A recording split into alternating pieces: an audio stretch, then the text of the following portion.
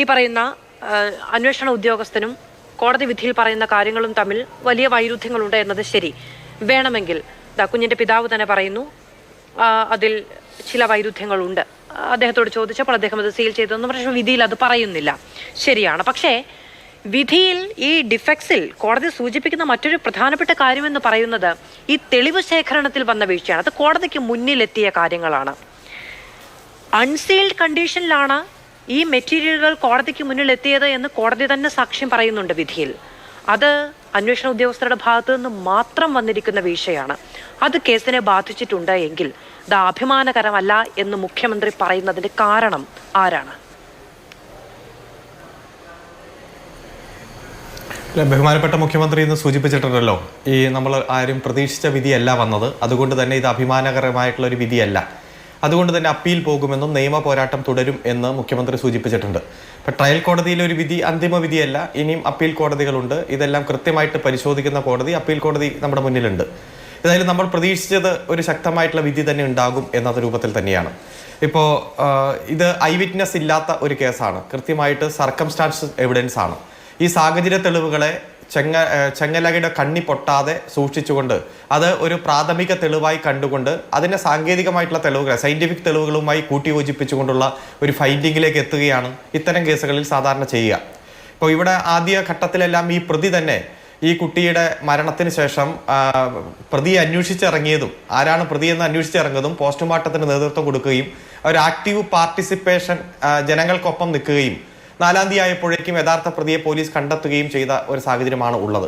ഏതായാലും ആദ്യഘട്ടത്തിൽ ഇതൊരു കൊലപാതകമാണോ എന്ന ഒരു സംശയം ഉണ്ടായിരുന്നു. ആ സംശയം പോലീസ് നല്ല ശക്തമായിട്ടുള്ള അന്വേഷണത്തിന്റെ ഭാഗമായിട്ട് തന്നെയാണ് പ്രതിയെ പിടിക്കുന്ന സാഹചര്യം ഉണ്ടായത്. ഇപ്പോൾ ഇവിടെ നമ്മുടെ മരണപ്പെട്ട കുട്ടിയുടെ അച്ഛൻ സൂചിപ്പിച്ചതുപോലെ തന്നെ ആദ്യം തന്നെ പോലീസ് ആദ്യ ദിവസം തന്നെ എത്തിയെന്നും അവിടെ ആ വീട് കൃത്യമായി സർവൈലൻസിൽ വയ്ക്കുകയും ആരും അങ്ങോട്ട് ഉള്ളിലേക്ക് കയറാതെ നിയന്ത്രിച്ചിരുന്നു എന്നും പിറ്റേ ദിവസമാണ് മഹസർ തയ്യാറാക്കിയതെന്നും മഹസർ സാധാരണ അങ്ങനെയാണ് തയ്യാറാക്കുന്നത്. സംഭവ സ്ഥലം മഹസർ പകൽ വെളിച്ചത്തിലാണ് തയ്യാറാക്കുക. അത് ബന്ധപ്പെട്ട ചുറ്റുപാടുമുള്ള സാക്ഷികളുടെ സാന്നിധ്യത്തിലാണ് തയ്യാറാക്കുക.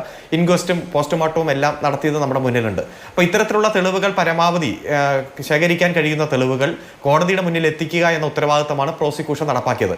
ഇതിൽ ഒറ്റ സാക്ഷി പോലും കൂറുമാറുന്ന സാഹചര്യം ഉണ്ടായില്ല. പ്രോസിക്യൂഷൻ സൈറ്റ് ചെയ്ത മുഴുവൻ സാക്ഷികളെയും എക്സാമിൻ ചെയ്യുവാനും അവരെ കൊണ്ട് കൃത്യമായി തെളിവ് കൊടുപ്പിക്കുവാനും ഒരാൾ പോലും പ്രോസിക്യൂഷനെതിരെ മൊഴി കൊടുക്കുന്ന സാഹചര്യം ഉണ്ടായില്ല. അതുകൊണ്ട് തന്നെയാണ് എല്ലാവരും വളരെ പ്രതീക്ഷയോടെ കണ്ടത് ഈ കേസ് ഒരു നല്ല ശിക്ഷയിലേക്ക് തന്നെയായിരിക്കും പോകുക എന്ന് കണ്ടത്. സാധാരണ ആദ്യഘട്ടത്തിലെല്ലാം പ്രധാന സാക്ഷികൾ കൂറുമാറുമ്പോൾ ഇന്നന്റെ സാക്ഷികൾ കൂറുമാറി എന്നുള്ള പത്രവാർത്തയെല്ലാം വരുമ്പോൾ നമ്മൾ ഭയപ്പെടാറുണ്ട്.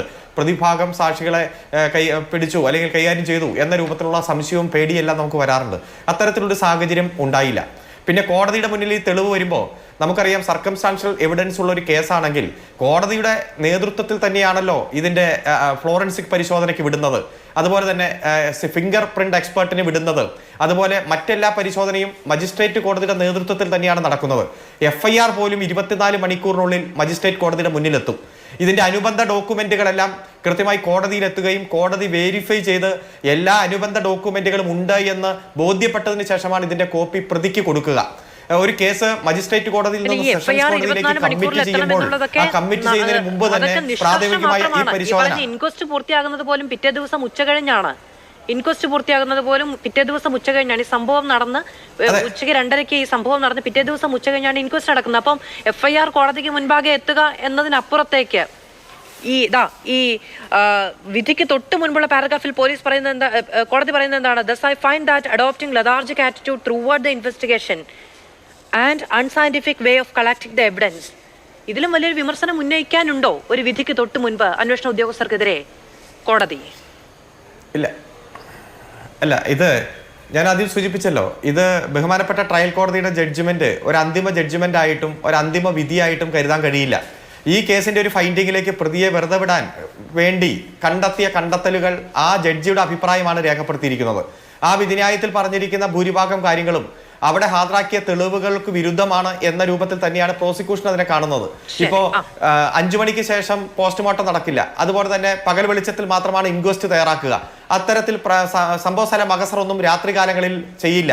ഇവിടെ നമുക്കറിയാം ആ കാലഘട്ടത്തിൽ ഈ വണ്ടിപ്പെരിയാർ പ്രദേശത്തെല്ലാം ഉള്ള ഒരു പ്രത്യേകതയും കാര്യങ്ങളെല്ലാം നോക്കിക്കൊണ്ട് പോലീസിന്റെ ഭാഗത്തുനിന്ന് ഒരു ഇൻവെസ്റ്റിഗേഷനിൽ ഏതെങ്കിലും കുറവുണ്ടായി എന്ന് ആരും ഇതുവരെ ചൂണ്ടിക്കാണിച്ചിട്ടില്ല. പ്രത്യേകിച്ച് ഈ ജഡ്ജ്മെന്റ് വരുമ്പോൾ മാത്രമാണല്ലോ അത്തരത്തിലൊരു ചർച്ചയിലേക്ക് പോകുക. കോടതി ചൂണ്ടിക്കാണിച്ചാൽ അതിനപ്പുറത്തേക്ക് ആരും ചൂണ്ടിക്കാണിക്കേണ്ടതില്ലല്ലോ. എന്തായാലും പ്രോസിക്യൂഷൻ നിലപാടും സർക്കാരിന്റെ നിലപാടും ഇരയ്ക്ക് അനുകൂലമായി നിൽക്കുന്നു എന്നുള്ളത് കൊണ്ട് നമുക്ക് ആ തീരുമാനത്തെ പോസിറ്റീവായി കാണാം എന്നുള്ളതാണ് നിലവിലത്തെ ഒരു സാഹചര്യം.